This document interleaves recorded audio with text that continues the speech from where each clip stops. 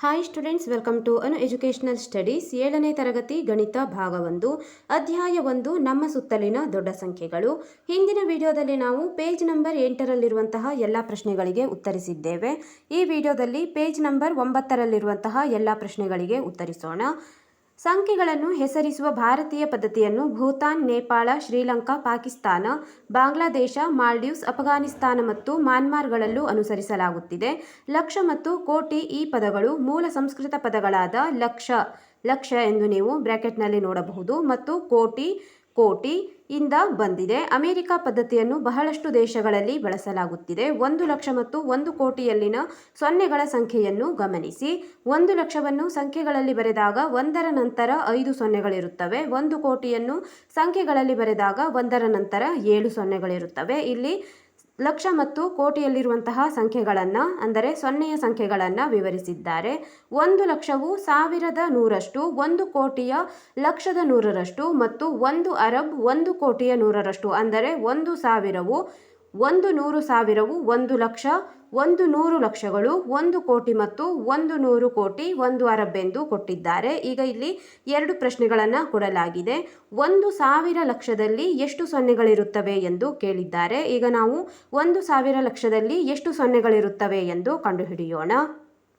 ಬರೆದುಕೊಳ್ಳಿ. 1,000 ಲಕ್ಷದಲ್ಲಿ ಎಷ್ಟು ಸೊನ್ನೆಗಳಿರುತ್ತವೆ. ಇಲ್ಲಿ 1,000 ಲಕ್ಷ ಅಂದರೆ ಈಗ ನಾವು 1,000ವನ್ನು 1 ಲಕ್ಷಕ್ಕೆ ಗುಣಿಸೋಣ. ಆಗ ನಾವು ಇಲ್ಲಿ ಬರುವಂತಹ ಸೊನ್ನೆಗಳ ಸಂಖ್ಯೆಗಳನ್ನು ಕಂಡುಹಿಡಿಯಬಹುದು. 1,000 ಲಕ್ಷವಾದ್ದರಿಂದ 1,000 ಗುಣಿಸು 1 ಲಕ್ಷ ಎಂದು ಬರೆದುಕೊಳ್ಳಿ. ಇದು 1,000 ಲಕ್ಷಕ್ಕೆ ಸಮನಾಗುತ್ತದೆ. 1,000 ಗುಣಿಸು 1 ಲಕ್ಷ = ಇಲ್ಲಿ ನೀವು ಈಗ 1 ಎಂದು ಬರೆದುಕೊಳ್ಳಿ. ಈಗ ಸೊನ್ನೆಗಳ ಸಂಖ್ಯೆಯನ್ನು ಗಮನಿಸಿ. 1000ದಲ್ಲಿ 3 ಸೊನ್ನೆಗಳಿವೆ ಮತ್ತು 1 ಲಕ್ಷದಲ್ಲಿ 5 ಸೊನ್ನೆಗಳಿವೆ. ಇಲ್ಲಿ 3 ಸೊನ್ನೆ ಮತ್ತು 5 ಸೊನ್ನೆ ಈ 8 ಸೊನ್ನೆಗಳನ್ನು ನೀವು 1ರ ಮುಂದೆ ಇರಿಸಿದಾಗ 1,000 ಗುಣಿಸು 1 ಲಕ್ಷ ಇದರ ಗುಣಲಬ್ಧವು ದೊರೆಯುತ್ತದೆ. ಇದು 1ರ ಮುಂದೆ ನೀವು ಈಗ 8 ಸೊನ್ನೆಯನ್ನು ಹಾಕಬೇಕು. ಇದು 1 ಕೋಟಿ. ಈಗ 10 ಕೋಟಿಯಲ್ಲಿರುವಂತಹ ಸೊನ್ನೆಗಳನ್ನು ಲೆಕ್ಕ ಮಾಡಿ. 1 2 3 4 5 6 7 8 ಸೊನ್ನೆಗಳಿವೆ. ಆದ್ದರಿಂದ 1,000 ಲಕ್ಷದಲ್ಲಿ 8 ಸೊನ್ನೆಗಳಿರುತ್ತವೆ ಎಂದು ಬರೆದುಕೊಳ್ಳಿ. 2ನೇ ಪ್ರಶ್ನೆಯಲ್ಲಿ 100,000ದಲ್ಲಿ ಎಷ್ಟು ಸೊನ್ನೆಗಳಿರುತ್ತವೆ ಎಂದು ಕೇಳಿದ್ದಾರೆ.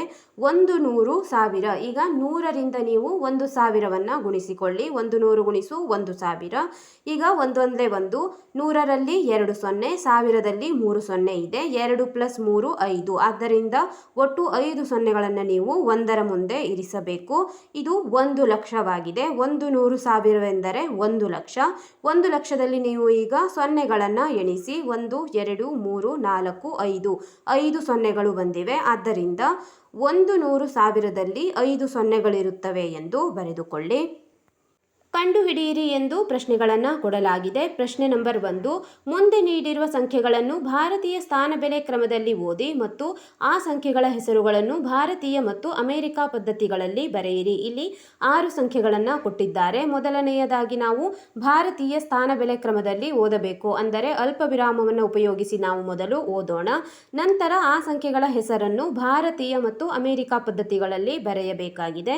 ಪ್ರಶ್ನೆ ನಂಬರ್ ಎ, ಇಲ್ಲಿ 4 0 5 0 6 7 8. ಈಗ ನಾವು ಈ ಸಂಖ್ಯೆಯನ್ನು ಭಾರತೀಯ ಸ್ಥಾನಬೆಲೆ ಕ್ರಮದಲ್ಲಿ ಓದೋಣ.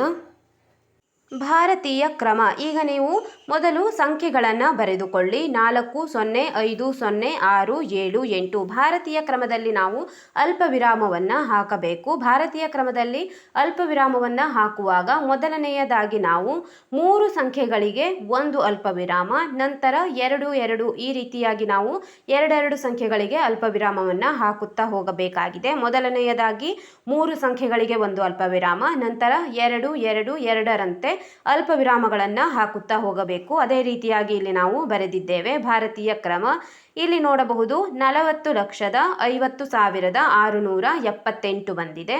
ಭಾರತೀಯ ಹೆಸರಲ್ಲಿ ನಾವು ಇದನ್ನೇ ಬರೆಯಬೇಕು. ಭಾರತೀಯ ಹೆಸರು 40,50,678. ಅದನ್ನೇ ನಾವು ಈಗ ಅಮೇರಿಕನ್ ಹೆಸರಿನಲ್ಲಿ ಬರೆಯುವಾಗ ಅಮೇರಿಕನ್ ಹೆಸರು 4,50,678. ಇಲ್ಲಿ ನಾವು ಲಕ್ಷವನ್ನು 4 ಲಕ್ಷ ಎಂದು, 40 ಲಕ್ಷವನ್ನು 4 ಮಿಲಿಯನ್ ಎಂದು ಕರೆಯಲಾಗುತ್ತದೆ. ಆದ್ದರಿಂದ 4 ಮಿಲಿಯನ್ 50,678 ಎಂದು ಬರೆದುಕೊಳ್ಳಿ. ಈಗ ಬಿ 4821620 ಭಾರತೀಯ ಕ್ರಮದಲ್ಲಿ ಈಗ ನಾವು ಅಲ್ಪ ವಿರಾಮವನ್ನು ಇರಿಸೋಣ. ಮೊದಲನೆಯದಾಗಿ 3 ಸಂಖ್ಯೆಗಳ ನಂತರ ಒಂದು ಅಲ್ಪ ವಿರಾಮ, ನಂತರ 2 ಸಂಖ್ಯೆಯ ನಂತರ ಒಂದು ಮತ್ತು ಇನ್ನೊಂದು 2 ಸಂಖ್ಯೆಯ ನಂತರ ಒಂದು ಅಲ್ಪ ವಿರಾಮವನ್ನು ಇಟ್ಟಿದ್ದೇವೆ. ಈಗ ನಾವು ಅಲ್ಪ ವಿರಾಮವನ್ನು ಹಾಕಿ ಸುಲಭವಾಗಿ ಓದಬಹುದು. 4,80,21,620 ಆಗಿದೆ. ಇದನ್ನೇ ನಾವು ಈಗ ಭಾರತೀಯ ಹೆಸರಿನಲ್ಲಿ ಬರೆಯೋಣ. ಭಾರತೀಯ ಹೆಸರು 4,81,21,620. ಅಮೆರಿಕನ್ ಹೆಸರಿನಲ್ಲಿ ಬರೆದಾಗ 48,121,620 ಈ ರೀತಿಯಾಗಿ ನಾವು ಬರೆಯಬೇಕು. ಇಲ್ಲಿ ನೀವು ಗಮನಿಸಬಹುದು, ಭಾರತೀಯ ಪದ್ಧತಿಯಲ್ಲಿ ನಾವು ಅಲ್ಪ ವಿರಾಮವನ್ನು ಹಾಕುವಾಗ ಮೊದಲನೆಯದಾಗಿ 3 ಸಂಖ್ಯೆಗಳಿಗೆ ಅಲ್ಪ ವಿರಾಮ ಹಾಕಿ ನಂತರ ನಾವು 2 ಸಂಖ್ಯೆಗಳಿಗೆ ಅಲ್ಪ ವಿರಾಮ ಹಾಕುತ್ತೇವೆ. ಅದೇ ರೀತಿ ಅಮೆರಿಕನ್ ಪದ್ಧತಿಯಲ್ಲಿ ನಾವು ಇಲ್ಲಿ ಅಲ್ಪ ವಿರಾಮವನ್ನು ಹಾಕುವಾಗ ಪ್ರತಿಯೊಂದು 3 ಈ ರೀತಿಯ ಸಂಖ್ಯೆಗಳಿಗೆ ಅಲ್ಪ ವಿರಾಮವನ್ನು ಹಾಕಿದ್ದಾಗ ಅಮೆರಿಕನ್ ಹೆಸರನ್ನು ನಾವು ಇಲ್ಲಿ ಈ ರೀತಿಯಾಗಿ 3 ಪದಗಳನ್ನು ಜೋಡಿಸಿಕೊಂಡು ಓದಬೇಕಾಗುತ್ತದೆ. ಸಿ ಪ್ರಶ್ನೆ 2002200 ಎಂದು ಕೊಟ್ಟಿದ್ದಾರೆ. ಭಾರತೀಯ ಕ್ರಮದಲ್ಲಿ ಅಲ್ಪ ವಿರಾಮವನ್ನು ಹಾಕಿ ಮೊದಲನೆಯದಾಗಿ 3 ಸಂಖ್ಯೆಗೆ ಒಂದು ಅಲ್ಪ ವಿರಾಮ, ನಂತರ 2 ಸಂಖ್ಯೆಗೆ ಒಂದು ಅಲ್ಪ ವಿರಾಮ ಮತ್ತು ಇನ್ನೆರಡು ಸಂಖ್ಯೆಗೆ ಒಂದು ಅಲ್ಪ ವಿರಾಮವನ್ನು ಹಾಕಿದ್ದೇವೆ. ಓದಿದಾಗ 2,22,002 ಬಂದಿದೆ. ಇದನ್ನೇ ಈಗ ನಾವು ಭಾರತೀಯ ಹೆಸರಿನಲ್ಲಿ ಬರೆಯಬೇಕು. 2,22,002. ಅಮೆರಿಕನ್ ಹೆಸರಿನಲ್ಲಿ ಬರೆದಾಗ ನಾವು 3 ಸಂಖ್ಯೆಗಳಿಗೆ ಅಲ್ಪ ವಿರಾಮವನ್ನು ಹಾಕಿದಾಗ 20,22,002 ಬರುತ್ತದೆ. ಡಿ ಪ್ರಶ್ನೆ 2,4,6,8,1,3,5,7,9 ಈ ಸಂಖ್ಯೆಯನ್ನು ಕೊಟ್ಟಿದ್ದಾರೆ. ಅಲ್ಪ ವಿರಾಮವನ್ನು ಹಾಕೋಣ. ಮೊದಲನೆಯದಾಗಿ 3 ಸಂಖ್ಯೆಗಳ ನಂತರ ಒಂದು, 2 ಸಂಖ್ಯೆಯ ನಂತರ ಒಂದು, 2 ಸಂಖ್ಯೆಯ ನಂತರ ಒಂದು. ಈಗ ಓದಿದಾಗ 24,68,13,579 ಬಂದಿದೆ.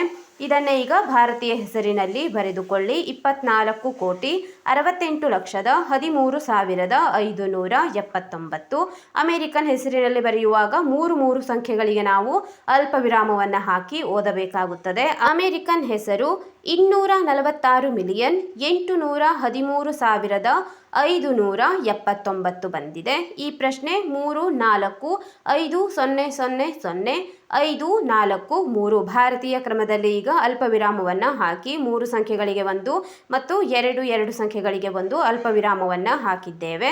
ಭಾರತೀಯ ಹೆಸರಿನಲ್ಲಿ ಈಗ ನಾವು ಓದಿದಾಗ 34,50,50,543 ಬಂದಿದೆ. ಅಮೆರಿಕನ್ ಪದ್ಧತಿಯಲ್ಲಿ ನಾವು ಓದುವಾಗ 3 ಸಂಖ್ಯೆಗಳಿಗೆ ಅಲ್ಪ ವಿರಾಮವನ್ನು ಹಾಕಿಕೊಳ್ಳಬೇಕು. 345,543 ಇಲ್ಲಿ ನೀವು ಓದಬಹುದು 345,543 ಅಥವಾ 543 ಎಂದು ಕೂಡ ನೀವು ಬರೆದುಕೊಳ್ಳಬಹುದಾಗಿದೆ.